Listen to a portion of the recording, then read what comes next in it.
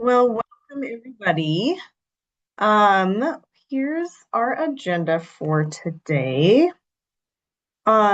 Just to see if we solve this problem, is everyone able to see the chat and type in it? I know the last couple months the chat was disabled. It's still disabled. Yeah. What in the world? I'm sorry, you guys. This is the most. Okay, did anything change now? That Yes. worked, yeah. I'm uh so frustrated about this because all I did, it was enabled. What I just did was disable it and re-able it. So I don't know what's going on with Zoom, but we'll do that next time. Okay, so today we've got sort of a laundry list of updates that we'll rumble through. I have a feeling that we won't fill the whole time with all these updates. So feel free to stop and ask questions and discuss. And then there should be time at the end for each of you to share any relevant updates that you think would be helpful for the rest of our outreach and TA providers. Um, and also, there's a mystery that we hope you guys will be able to help us solve. So we'll save that for the end. All right. Feel free to drop your name in the chat, pronouns, where you are providing outreach and TA, and then maybe one exciting thing that you have in mind for the summer. So my exciting thing this summer is I'm trying to grow dahlia flowers for the first time. I was really inspired by my trip to Mancos, where I saw a lot of farmers growing dahlias, and I bought some tubers down there last summer. So yeah, that's my exciting thing. Okay, I'm going to share my screen. And while you guys are updating us in the chat, I will go through our housekeeping reminders. So our next meeting is June 24th. Got some hopes and dreams for that meeting, which I'll talk to you guys about later. Great job with your quarterly reports. We were a little delayed in reading those, but I got through all of them. Great work. And our next ones are due July 31st for the April through June period. Here's a new one. If you guys could please, right now, if you haven't done it in a while, but periodically check our website where it says get help in your area and just make sure all the contact information is still up to date. I know we've had a lot of changes with who's providing technical assistance. So just a friendly reminder to keep us in the loop if you need some changes to be made to that site. And then please submit your invoices. Yeah, this has been on here for many months now, but yeah, we are in the home stretch of this contract and we have a very hard stop on when we are able to reimburse invoices. So our goal for everyone is to be at least 80% spent by September. Some of you guys are really on track. Some of you guys are getting on track, but yes, friendly reminder that nothing's changed there. So any questions about these updates? Great. Michelle or Adonai, does one of you mind putting the get help in your area link in the chat just so these guys can look at it? on our website. Thank you so much. Cool. Okay. Updates from the Community Food Access Program. We are planning our consortium meeting for July 30th, tentatively. So feel free to pencil that in to your calendars. This meeting will be kind of an overview from the folks at CDPHE who oversee the issuance of health permits. So it's a little complicated in Colorado. Not every business will get their health permit from CDPHE, the state. Just some counties. In other counties, that county handles the permitting and that regulation and those visits. So some businesses will have a health permit from their county. And then to make it even more complicated, there are even some cities that issue their own health permits. So it's a little different, but all of the standards should be at least at a minimum what CDPHE mandates. So they're going to come to that consortium meeting and talk through some of the requirements and why they exist. And this was at the request of some retailers in the last consortium meeting. And then DOR has offered to speak to our consortium at our October meeting, which was really exciting because, as you know, there's a lot of questions when it comes to actually filing your taxes and receiving that credit. So they'll be able to answer questions at the October meeting. We don't have a date yet for that. Any questions about consortium updates?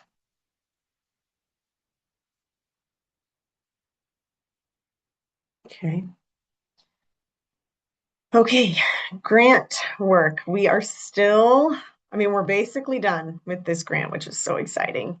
And when I say done, I mean every grantee has spent all of their money, except one. So we're working with that grantee. And thank you so much to the outreach and TA providers who are supporting that. I think we're getting close. But what's next is we want to be able to showcase what this grant did, what all these dollars in the hands of small food retailers was able to accomplish. So that the information from the grant impact reports will go into the beautiful dashboard that Ad and I created to help showcase, how has this money helped to increase sales? How has this grant money helped to increase sales to folks shopping with SNAP? So we encourage you to continually look, maybe make a habit of once a month checking that spreadsheet with all of the grantees in your region. And if it says, they've been sent the grant impact report and they haven't completed it yet, give them a little nudge and maybe offer to sit down with them and help them complete it. So big thanks for your support there. Any questions about grant work? Okay. All right, moving on to the tax credit. As you know, we had a due date on April 30th. Huge thanks to all of you on this call who helped businesses apply. I was pretty impressed to see, I think of all of the deadlines, we had the highest percentage of outreach and TA support with this batch. So big thanks, guys. It is the smallest review of the year. We've been we're in our third year of conducting this tax credit program, and that's a trend that we've observed every year. We get the least number of applications for the first review period, which kind of makes sense.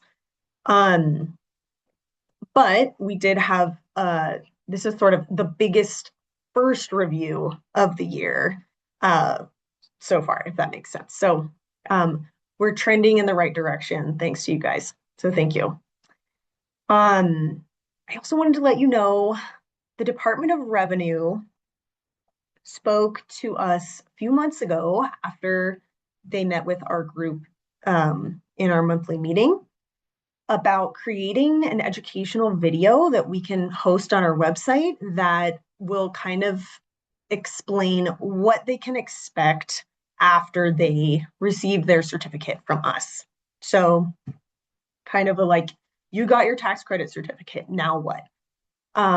They're making a video themed around that. They're making a separate video that's sort of like, okay, so you got a denial letter. Now what? Why would that be? So they're kind of refining the script there. Um, and we hope to have those out and ready for everyone to review and look at as soon as possible. We are kind of on their timeline, but yeah, I'm excited to have that as a resource because I think all of you have experienced this, and CDA has certainly experienced this, that people are confused, people are frustrated, people feel like it's taking a really, really long time to get their tax credit, and there's very little that we know to help them out. So I'm grateful to the Department of Revenue for helping us with that. Okay, another thing related to, related to producers coming out of the Department of Ag. I shared this with you guys last month, but if you're working with producers who are feeling the heavy effects of this historic drought, we encourage you to direct them to our drought resource page on CDA's website. So it's got some helpful links to funding. It's got helpful links to mental health resources and much more. So thanks for continuing to spread the word there about that. Okay. Any questions about any of that?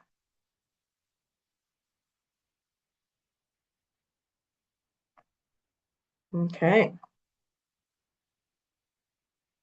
All right, so now there's a lot going on outside of CDA that is going to affect the Community Food Access Program and potentially your guys' work too.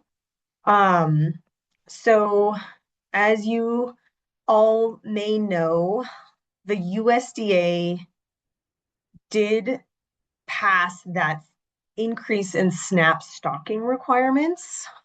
So this is something we talked about last fall. The USDA announced that they were proposing to implement a rule change to the SNAP stocking requirements. I know a lot of you were very active in talking to retailers and making like a public statement saying that this would be a hardship on them. CDA also issued a formal comment saying this will be a hardship to the retailers in our state. The rules went through though. So, yes, those more stringent stocking requirements will go into effect November of this year. So we've been sharing this information with retailers in our consortium. If you feel this is appropriate, we welcome you to do the same. Yeah, so I think as much advance notice as they can have and troubleshooting, the better. There are many retailers who will not be affected by this, but for those who are, the more they can create a plan, the better. Because we do know that when a store is in violation of the SNAP rules, they aren't allowed to accept SNAP anymore. Okay, so a question from Caitlin. Are there written and translated materials already created that we can share? I have been sharing the USDA press release. So yeah, I think as a team here, we can source materials. But yeah, we are because right, these rules aren't coming from CDA. We're still understanding, from what I understand, it's like the requirements go from 3 varieties in each category to 7. So there's still work that needs to be done to like generate teaching tools and materials that we can share to retailers, Caitlin. So if anybody has those resources and wants to share with this group, please, we're all ears. Okay. Penelope says, can you make a referral for a concise resource we can point to? Okay, yes, sort of same answer there. Will you talk about SNAP changes in the next consortium meeting? Yeah, we plan to be reminding retailers about these SNAP stocking requirements at every opportunity so that they can be in the loop.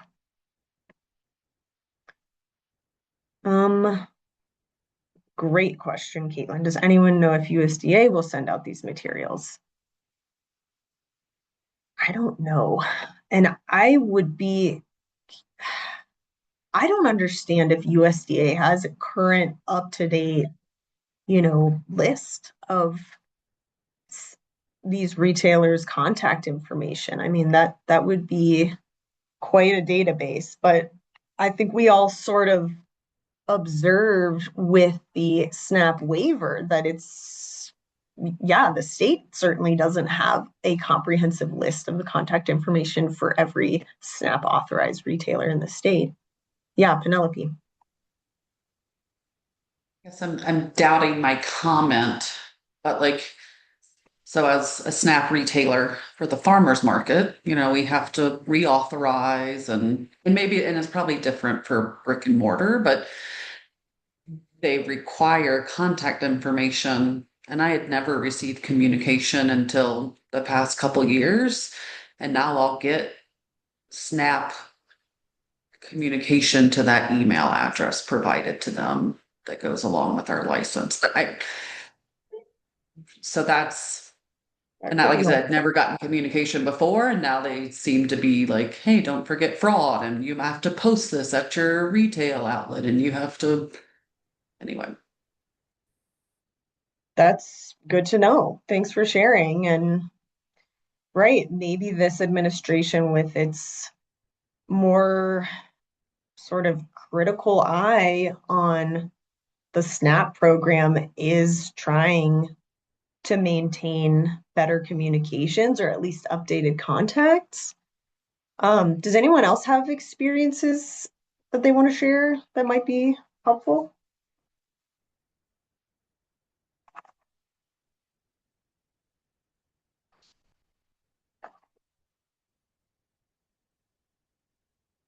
Okay.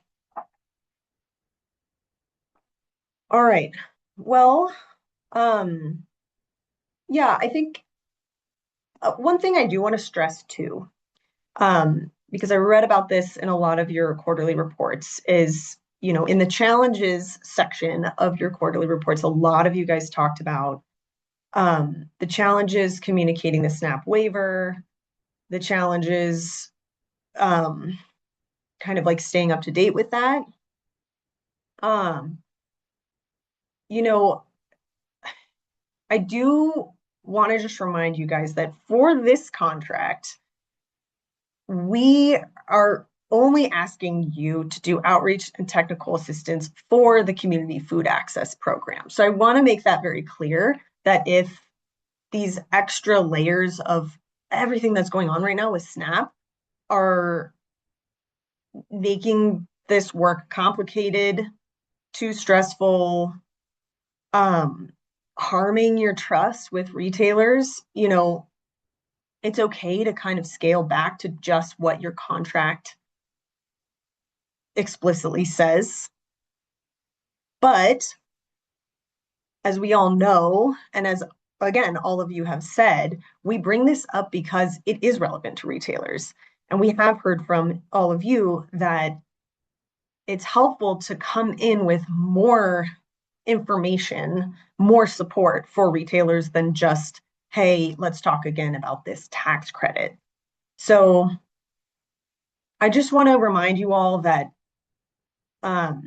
if you don't feel comfortable sharing updates, or if you feel like you haven't been provided enough information to talk to retailers about changes to the SNAP program, that's okay. That's not part of this contract with CDA.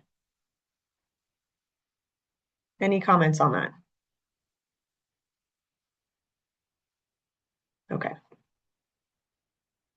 Okay, I also want to elevate the funding opportunities through the Healthy Food Financing Institute and the LAMP grants through USDA. I shared these out in the last month. So yeah, if you haven't already, please take a look. If it's, I know we talked about this in our last meeting, but a lot of you mentioned, a desire to continue to support retailers. Our funding for this contract runs out at the end of December, but those funding opportunities could potentially be a method. So take a look at those. And then House Bill 26-1289. This is the bill that makes changes to the Community Food Access Program. So this bill has passed, but it has not yet been signed by Governor Polis. So if it is signed, there will be a rulemaking process that we will need your help with. So you guys are familiar with the rulemaking process. We've been through rulemaking a few times with this program, and you all have reviewed our rules in the past. If you need a refresher on what happens in the rulemaking process, I have the link here to the state process and the stages for rulemaking. So take a look at that. But this bill will significantly change our program. And there are definitions that we want to make sure align with reality. There are going to be more eligible entities who can take advantage of this tax credit. So again, until this is law, we can't get into all the specifics, but I highly encourage you guys to read the bill language of the final bill that passed, which is quite different from the original bill that was introduced, and get those wheels turning with, okay, how will that look in a successful version of this program? And a big part of the rulemaking process is stakeholder engagement. All of you are stakeholders. You've been engaged with this legislation as it's been happening. But yeah, if the bill is signed, we will need to get into the nitty-gritties. So more information if and when the bill is signed. And then, of course, there is a public hearing as part of the rulemaking process. But we are going to be, if this is signed, we are going to want to get moving on it quickly. So we'll keep you guys in the loop about that timeline. But the goal would be the bill is signed and becomes law. We would like for our rules to be in place by January 2027, so there isn't any weird overlap or gaps in time for when those new rules can go into effect. So all of this to say, stay tuned, but be ready. Any questions?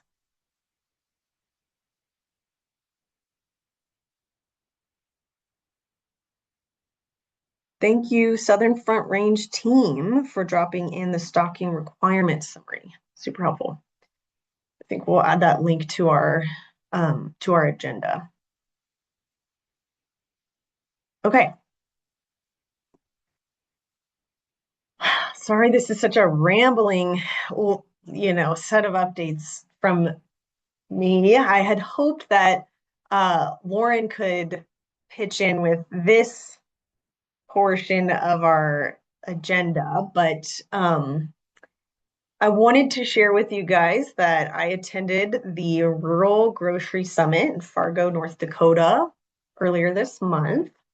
Lauren Ames was there along with quite a large number of representatives from Colorado. It was actually, I would maybe guess that Colorado had as much representation or had the most representation of any state outside of like North Dakota and Minnesota and some of those surrounding states. So we had a presence there at the summit, which was really exciting, which included tax credit recipients, grantees, outreach and TA, representatives from Nourish were there. So it was a really great, yes, retailers too. Yes, yes. So yeah, it was really fun. I spoke on a panel with some other state agencies who issue sort of similar supports in their own states. So it was incredibly interesting to learn about what other states are doing. I think my main takeaway from the summit is that this isn't a unique problem to Colorado. Almost every state is dealing with some version of the challenges that we are with rural grocery, you know, small independent grocers trying to kind of provide a vital community asset in a place that doesn't have a lot of resources. So happy to share more about this. I know many of you guys are doing that rural grocery transition course, which I hope is helpful. But I think it's just generally good to tap into this network of other folks, organizations, state agencies, food justice organizations that are trying to take on this challenge and solve it in a unique way. Another huge theme is the extent to which this problem is kind of solved or is kind of created in a lot of ways by the consolidation of big grocery chains. So the author of this book, Grocery Story, spoke as a keynote. And I was very, taken aback by how much these grocery giants have in some ways created the landscape that these retailers are trying to survive in. So good read in case you guys are looking for more reading on this topic. Another interesting, so we had a field trip, and one of the stores that we visited had a 24-hour model. Has anyone heard of a 24-hour grocery model? Okay, I'm going to share because I think it's interesting. But this seems to work in really rural, really small areas, so small towns where there is a lot of trust amongst the town. And we've seen this in Colorado, but the store is, basically only open however many days a week the owners want it to be open. So in this case, they were open Tuesdays, Wednesdays, and Saturdays. Um, but the customers pay, I think, $99 a year for an all access key. So they can come in whatever time of day or night they need to. They shop, they do a self checkout, and they leave. So um, it's a really interesting model that helps address a rural area with a population that does not work sort of 9 to 5 hours. So, we've heard that like people need groceries when they're coming back from their job 2 towns away. It might be, 8:30 p.m. The grocery store is not open. So this is a really helpful way for them to get some quick things they need. Um, so I don't know if that's interesting to anyone on this call. There's certainly a lot of uh yeah, I think like that could work really well in some areas. I know where I live, I don't think it would work. But um yeah, that business did they have sort of a consulting service. They have developed software that connects the door key to the POS system and like security cameras. They have sort of like they've automated quite a lot of what could potentially go wrong with like freezer doors being open, etc.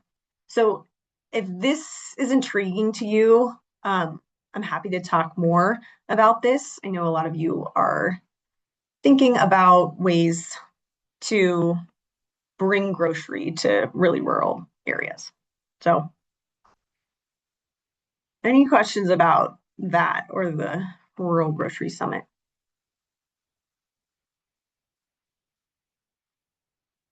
Okay. All right. Last thing here, just some friendly reminders about talking to media. So, yeah, we're really excited to be kind of at the stage of this program. We are showcasing what we've done. We would love to see any articles that are circulating in your neck of the woods that relate to this program. So yeah, we've stumbled across some articles where grantees or tax credit recipients were interviewed. If you know of these being published, we'd love to see them. If you are being interviewed, a few kind of like this is from our communications department. Consider your 3 talking points before you go into an interview. So that kind of helps center you on what you want to convey, what the most important thing to convey is. This we've talked about, but yeah, we call our program the Community Food Access Program, the CFA program. We don't abbreviate it CFAP. So just a little particularity branding thing. And if you're not sure about something, feel free to refer reporter to us. We have unfortunately seen some inaccuracies in print, which is a bummer. A common one is referring to the grant money as USDA money, which USDA had absolutely nothing to do with any part of the CFA program. So anything kind of related to that or anything you're not sure about, feel free to loop us in so we can make sure it's accurate. And then if you're publishing something, never hurts to send something over to us so we can just give it a once over and give it a green light. Any questions or comments about talking to media?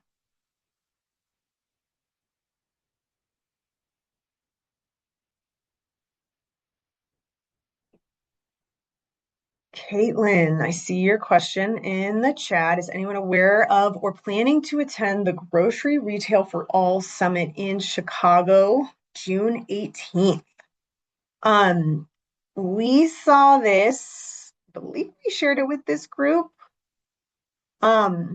We had considered potentially attending, but with us just attending a recent conference, yeah, we're a little strapped for time and travel budget. But is anyone in this room intrigued by this? This seems like a cool fit that's not just rural retail. So for those of us who are serving a more urban population, could be cool to go. Well, I will say that I realize I wish I would have gone to the rural grocery store thing in Fargo, if that's where it was, just because of what I've heard since people came back from it. And so now I'm a lot more like tuned in to like wanting to do this sort of stuff. I don't know if I can go because that's really soon, but yeah, I'd be really interested in stuff like that because like we are really focusing on rural food access and yeah, supporting our grocery stores. So I don't know. I'll look into it. Yeah. And unfortunately, the Rural Grocery Summit is only every 2 years, not every year. They did publish all of their materials, all the slides from every presentation. Um, I think I even have a link up here. So yeah, feel free to take a look at that and like if there's any any session that sounds really interesting, I am more than happy to help you get connected with that speaker. Um, so yeah, I definitely felt like it was a really relevant conference for our group, and I'm sure the one in Chicago would also be, you know, very relevant too. Thanks for sharing that, Caitlin. Is attending the summit in Chicago allowable under this grant? I mean, I think so.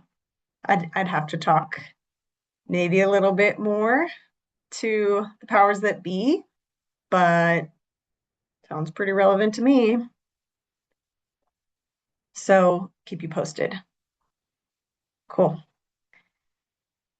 Okay. Nikki, Oh yeah. sorry, just to clarify, right, that would have to be in their existing contracts. It couldn't, like, we're Oh, kind of past the point of adding something new for travel or the conference. It's a question. yeah. Okay. Let's talk offline. Okay. Yeah, I just didn't want people to get all excited and everyone signs up and then we're like, wait a minute. I Yeah. know. So That'd be fun we to do a can. group trip to Chicago, all of us. Yeah. Yeah. Um, okay, yeah. Let's talk offline. We'll share the update after we hear from our procurement team. Thanks, Michelle. All right. Are you guys ready for the mystery? I see Carly's intrigued. Okay, so um this is something that is as boggling to me as the Zoom chat not enabled. But we have had like an obscenely high percentage of our tax credit applicants answer this same question on our application with the same answer. And our whole team has been scratching our heads. There's got to be some kind of blind spot that we can't see. So we're hoping you guys can help us. But the question is, can you guys see this screen that's asking me to log in? Yes, Yeah, okay. we can. Okay. Oh my goodness. Okay, bear with me, guys. Sorry for all this suspense. Why is this? So, here is the question.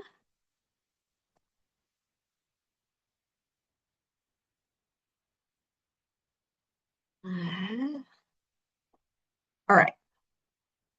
So this is our tax credit application. The question is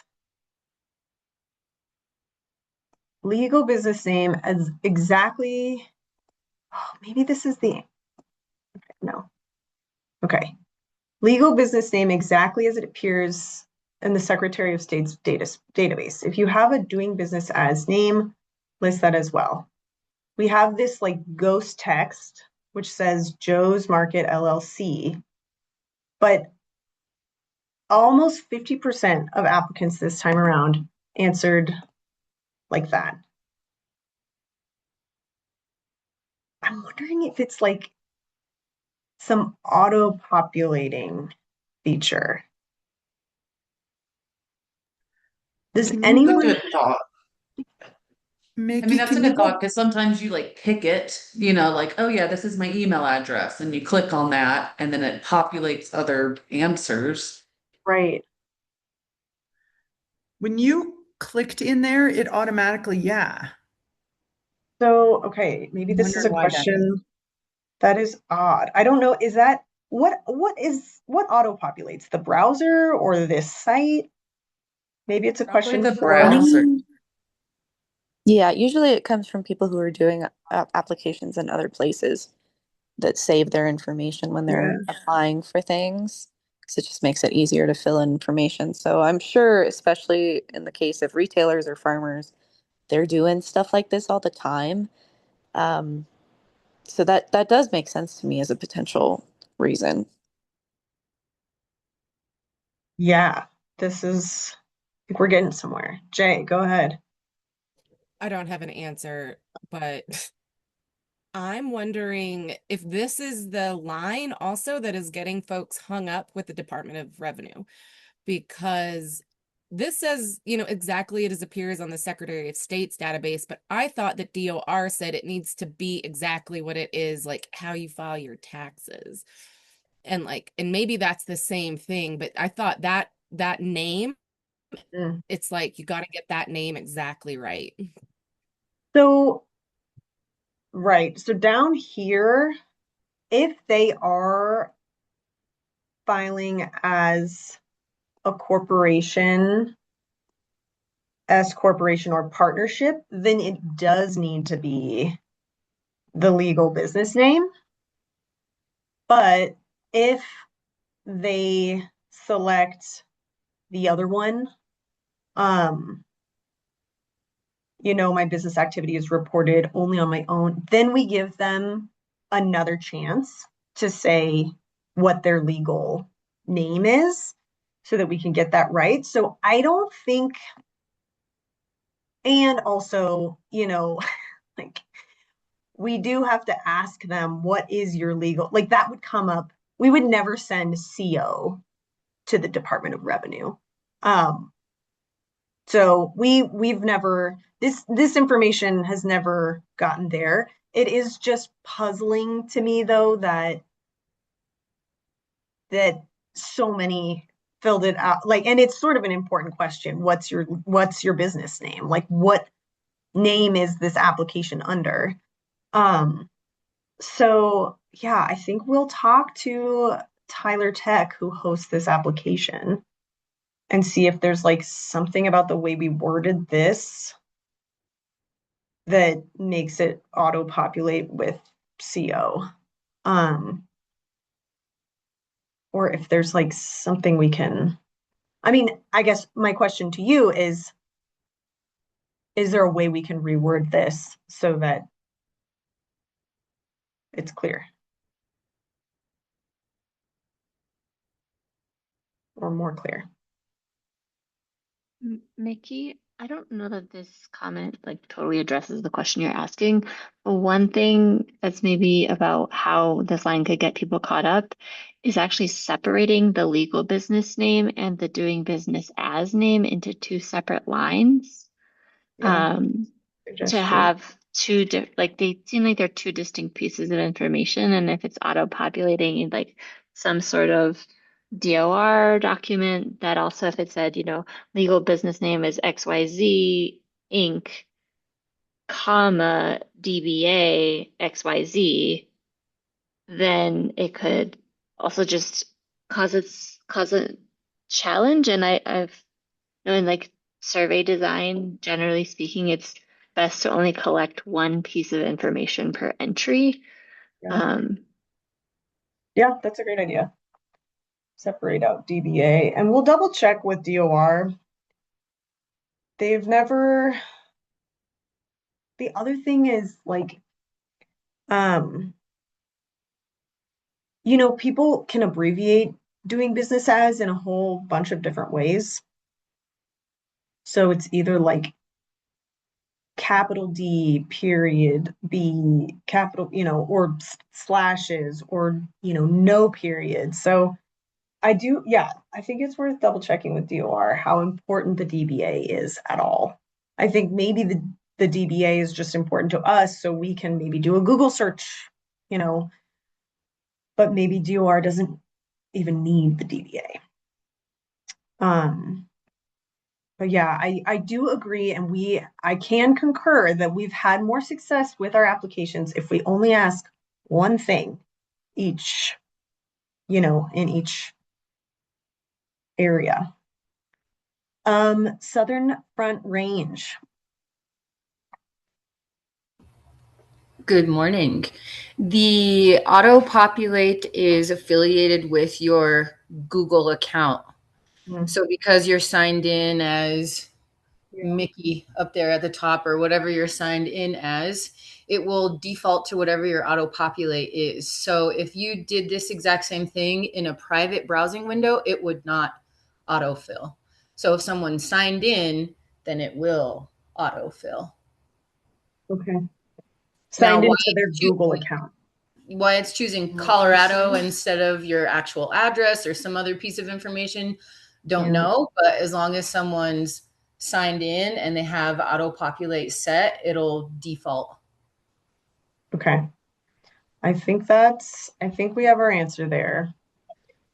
So, okay, thank you guys. You've solved the mystery. That's really helpful. We'll try to figure out a way to not, I mean, honestly, this isn't a deal breaker. What we do is we go and ask them what their legal business name is, and it's um not the end of the world, but I think we are trying to get to a point where we don't have to ask that many clarifying questions, because it makes the tax credit review process go a lot faster.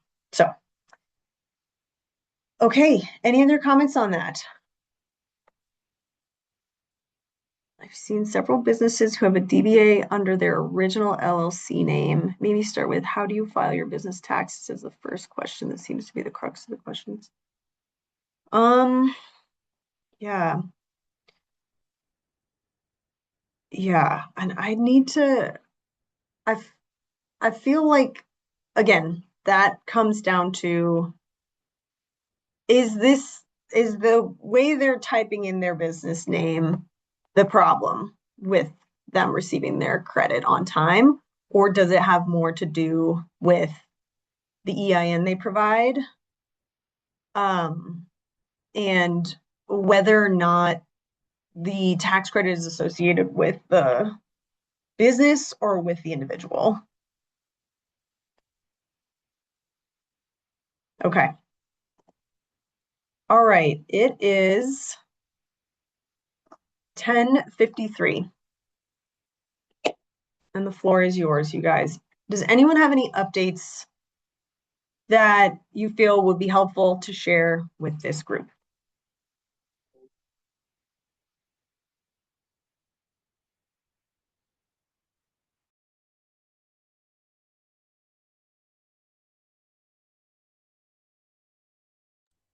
I might have more of a concern, and it really has to do with everything we've already been talking about. But um, yeah, I'm just really discouraged, especially with Simple Foods, who was one of the first people that we worked with that got the tax credit. They had done an entire business transition and gotten a whole point of sale system to support some really awesome programs.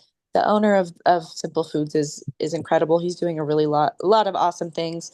He's also the person who applied for the Innovation Award for the Retail Grocery Summit that's coming up in June. Um, so he's doing really awesome things with his business that are contributing to our, you know, region really well and just with a very beneficial mindset that he has. But, he was expecting tens of thousands of dollars to help him with this. And I know that it's kind of a matter of, something with they have to go to the Department of Revenue and have those conversations with these people. But he's done that. And so that was something that was really interesting in a conversation that I had with him is he has a long list written out of every interaction he's had with the DOR, all of the things that they've told him to do that he's done that hasn't worked. And we still haven't had a time to sit down so I can really read what he's already done and kind of understand the process that he's been doing to try to address that issue. And I'm just really discouraged. And I'm curious, especially moving forward, because we have a lot of farmers who are looking at making some pretty large purchases Mm. under the pretense that they are going to be able to have this money to support that.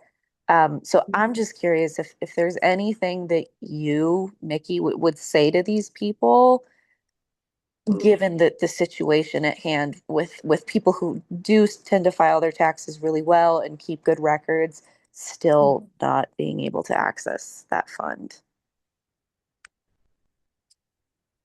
Yeah, this is so hard because, right, we don't have we don't have enough information. I think what we could do, as we're working with DOR on creating this video, like if he's willing to share what steps have, caused him a hurdle that he didn't know would, we can ask Department of Revenue to address that in the video. I think I was speaking with him when he said, yeah, we learned that tax credits above a certain amount need to go through extra layers of scrutiny before they're issued. That's news to me. That was news to him. I think, like, if we can go to Department of Revenue and say, is this true? If so, what can people expect? I think I that would think be he would be more helpful. than willing to do that, and I'll double check with him. But we were already discussing having a additional meeting to sit down and go over all of that stuff. Mhm. Um, because he's just been keeping track of it, which I think is great, and I do think that could be really helpful for other people in this situation. Um, So I'll probably go ahead and reach out to him and just let him know that, you know, we could set up that meeting and I could take some good notes and things he's comfortable sharing that he discussed with them. And I can send that over to you. Yeah, that'd be really helpful. Okay. I mean, right, I think, yeah, and saving some questions for when Department of Revenue comes to speak at the consortium meeting. They they have agreed to that. Um, so right, at whatever experience that someone who's been through the process already can help to share, but right, it is their willingness to say, you know, here's what happened with my situation. And I mean that we're not allowed to know anything about people's taxes, which is kind of the source of this issue. So yeah, whatever he's willing to help us communicate out to the larger group so that folks can be in the know. Right. And I will say he's not the only person too in our region who struggled with this. I know of a couple other retailers who have also not been able to access their funds. Originally when the first person kind of came to me and was talking to me about that, I figured maybe it was just something like Jay mentioned, a way that they file their taxes that maybe isn't quite in line with what they need to be. We have a lot of businesses out here that are doing things in unique ways because it's rural and we don't have a lot of access to resources. The county offices aren't always the best. So, there's issues when it comes to things like that. So that's kind of what I assumed was the issue to begin with. But Simple Foods has been established for a really long time. And he has some of the best records of any retailer that I've seen out here in terms of things that he's really kept in track. He has everything in line. He can pull anything out of his databases really quickly. Like he knows where things are. He's got everything down. So to kind of realize a couple weeks ago that that was an issue just makes me really sad. I can't lie. Yeah. It's Yeah, really, yeah. And like, it would be great for us to have information so we're not speculating on like what is the issue, right? And that's what is tough in this situation is we don't exactly know. All we know is he was promised something and he hasn't gotten it yet. for sure. Well, thank you very much. I appreciate the answer. Yeah. Monique. Greetings again. Um, I I emailed Eric Myers directly, if y'all recall, during that call. I shared with him that very similar situation of what you just shared, Iva. The accountant for this particular business had done all of the things. They still hadn't gotten the certificate. And he said, to send him a note. And I did that. And that particular business now has gotten their check. Um, so I'm not saying that we should all blast this person, but maybe in this particular case, since this business has done all the things and they're still not getting anywhere, it might be the right time to escalate. It was my understanding that each time an individual calls to the DOR, there's no way to route them back to the person that they've been working with, that some staff are looking at these issues differently than others. And so they're kind of having to repeat the situation over and over. So the continuity of a case is a little unclear on their side. But and I don't know what actually ended up happening. I just know that I emailed him, and the next time I visited the retailer, he said he got the check. So Yeah. that's what I'm going to say. And I'm going to put his email in the chat. And hopefully I don't get doxxed for that, but I'm putting it here. I mean, it's clearly something their processes need to improve. And that's not to say that like they're massively dropping the ball. It's just like this this is supposed to work. um Also, so the idea that the size of the credit has an impact on how it's processed is really important information for us to know. yeah. So if that's new information, fine, whatever, it's new information, but we need clarity on that before this next round of applications are due, because a lot of us are going to have big applications from farmers who made purchases end of December, January. They needed the season to prove it, da da da da. And those are going to be big ticket items. And these are not the folks that I want to create enemies with. It's already been hard enough with some of these smaller deals to have a larger tax credit certificate get issued and then these guys not get the benefit.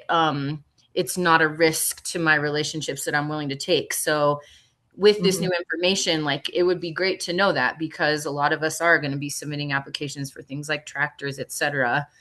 And that's just really putting us in a really, really tricky spot with relationships that have taken years and years and years to build. Yeah. And right, it's like what yeah, it's just a really tough position to be in because we're unclear what is just speculative. And so right. I think that's the fact that you brought this up, Ava, is like, okay, let's see if we can take this one to DOR and get a clear answer on that. And maybe there's something to it, maybe not. We don't know. But right, it's not, it doesn't help for us all to be just speculating. So yeah, Yeah, let's my big thing is it's hard to move forward with other individuals. Like yeah. I feel like I have the mindset very much of when a problem like this arises, we can handle that problem. But the part that I get stuck on is the amount of other people who are coming to me interested in this, saying, "Oh, Hmm. I want to buy this. Oh, this is really awesome. Hmm. I'm planning on doing this, and this." And Hmm. now that I have this kind of hindsight, I'm like, oh man, do I tell them that their people are having issues getting money and it's limiting to that? It's just so hard. I don't know how to approach that very well.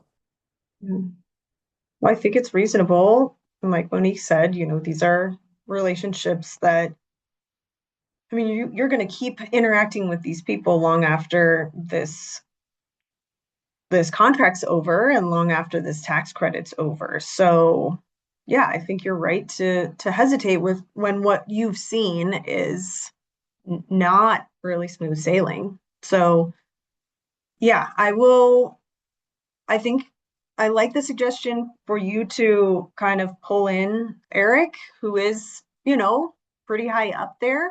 Um, of course, after, you talk with Ian and understand more of like the specifics of what's happened, just so he has clarity on what steps have already been taken. And then I'll reach out and ask if there's anything to the rumor that the size of the credit will delay the time it takes to receive it. And if so, like what can we be communicating to our applicants and purchasers about when they can expect to receive? And they are very hesitant to give any kind of timeline, but I think we need to be able to communicate a range, right? Well, I will chime in again. So the other individual that I'm working with that is struggling to get her tax credit, I believe her amount was only like maybe $5,000 or $6,000. Mm, She hasn't been able to access that either. So, right. So yeah, there could be multiple reasons, right? right. Yeah. Or maybe there isn't anything to that. Yeah. But again, right, this is speculation, which isn't helpful. It's not helpful for you guys in knowing how to relay information to businesses. Jay. Yeah. Um, and it's really like on us because like a lot of the like farmers we're working with, like they're not gonna be able to navigate this as well as most of us, so it's interesting that there's this whole other layer of work we're having to do on top of like just getting them to apply for a tax credit, is then like fooling around with the Department of Revenue anyway. um and because of this, my boss wanted me to like tout the sales or the tax credit stuff, because I think a lot of our region has gotten a lot of awards from you guys, but they're not actually getting the funds. And I'm like, I can't say we've brought in this much money because it actually hasn't happened. And so there's this whole other like PR thing that I'm avoiding talking about this program right now. Or at least like the success of it on us. We're still promoting it. And then, so that brings me to the next thing is like, I have 36 social media posts, written, and I'm wondering, like, you guys want to review all of that before we start posting it, right? And should I send you this document, Sure. We'll or take a should, look at it. Yeah. or like, can we just do it without you guys taking a look at it? I mean, we're happy to take a look at it. If it's all, in one thing, we're happy to take a look at it. Just for accuracy, right?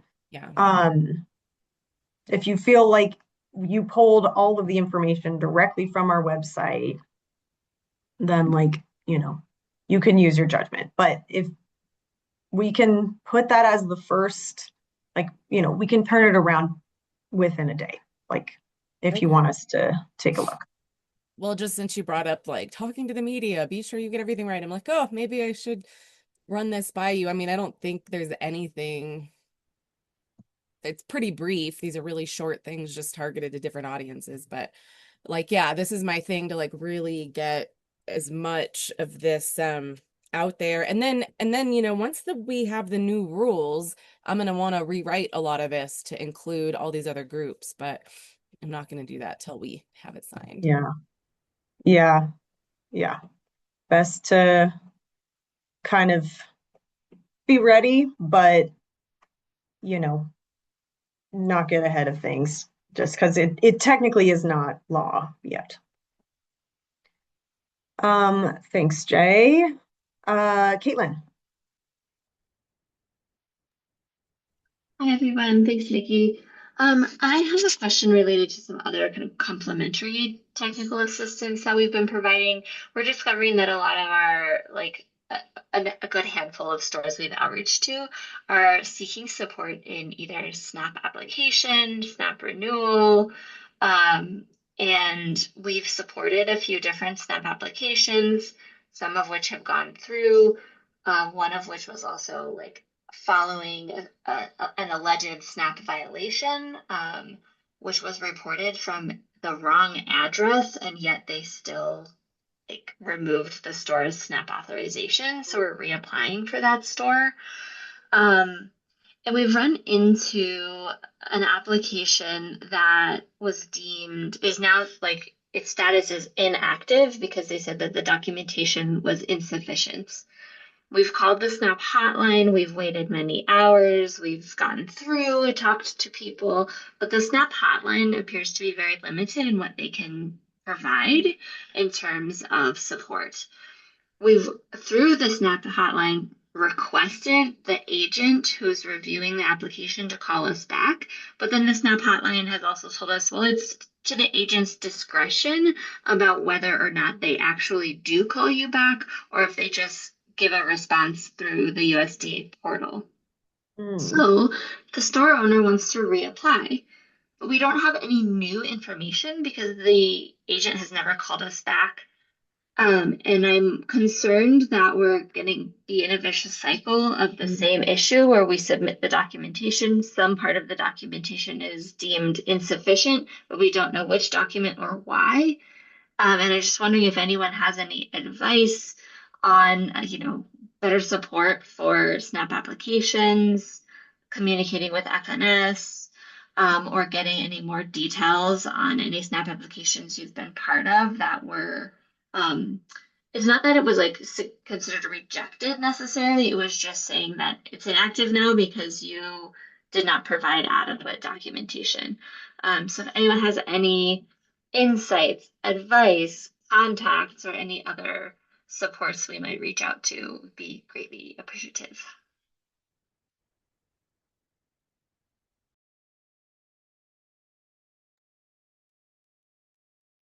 Does anybody have any experience with this? Start over. Start the application over and just really make sure that you're answering the question that is being asked. So when you upload the documents after you submit the application, title the documents exactly what the document is that you're trying to get the box checked for. So if it's the ownership information, title it that. If it's the licenses, there are multiple licenses, they ask for all of them, title them that. But start a new application as though the other one never existed and answer exactly what they're asking for. Thank you. And that is our strategy. And has anyone ever run into the issue of a bill of sale? So they're requesting a bill of sale that demonstrates that this store like these owners purchased the business from another owner. They started this business many years ago. There's no bill of sale, so that was one of the things we think. And the hotline told us that they could submit a letter explaining why they don't have a bill of sale. Um, has anyone encountered, like, if you simply do not have the document that is requested because no such thing exists or is applicable, how have you What was overcome that hurdle? what was the building before they started having their business there? I'm not sure. They are lessees, so we did provide the lease, but I'm not sure what the building was prior. It's asking for a bill of sale that includes like a documentation that they purchased all of the equipment from a previous owner, et cetera, et cetera. So if it was me, I would write a letter that says this is a new business that moved into this address. The previous business at this address was, here's a document proving that. Maybe you can get it from the landlord. All equipment was purchased new to start this business. But basically demonstrate that the folks that were there before were not doing the same thing and they did not take equipment from those people. And then if the business owner did in fact buy all of that equipment new, they should have some record of it somewhere. And so you can identify these are the pieces of equipment that were purchased new on this date with this proof. And it wasn't purchased from anyone, it was purchased from the vendor, the actual creator of the equipment, or whatever the case may be. I have something to add to that as well. I ran into an issue with a retailer who was located in a really rural area who did not have an appropriate deed. There was no square footage listed on any of the documentation that he had. So I actually ended up having to go directly to the Saguache County Assessor's Office, and just like the government itself in that county to get some of their previous records as well. Because obviously, sometimes people who are moving into these businesses, taking over a business, there's just not very good records, especially in a rural area. So it also would probably depend on where exactly this business is located. But I had some pretty good success going to the assessor's office.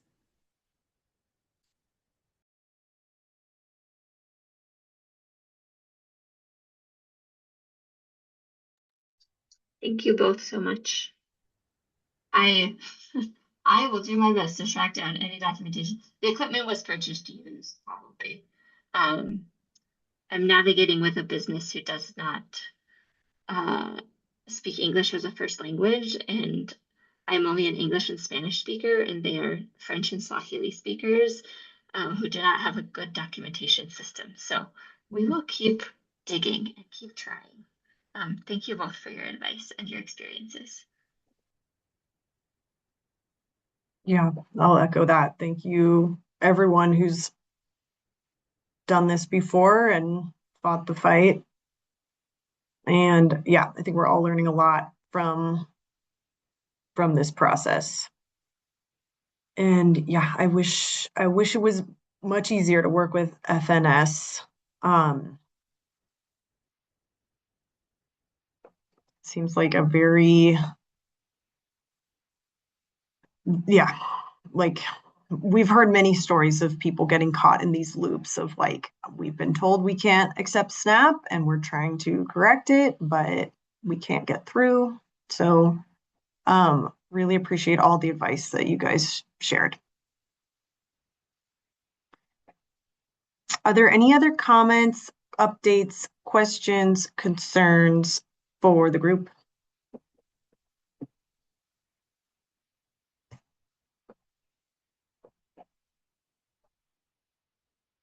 Okay. Good to see everybody. Thanks for your participation today. I've got my to-do list here. We will be in touch as the weeks go by before we meet again. And don't hesitate to reach out in the meantime. I'll put one more plug again to check the website, make sure your contact information on our website is accurate. So with that, see you guys later. Thank you. You. Thanks. So Thank the you. SNAP situation. Thanks. Bye. See ya.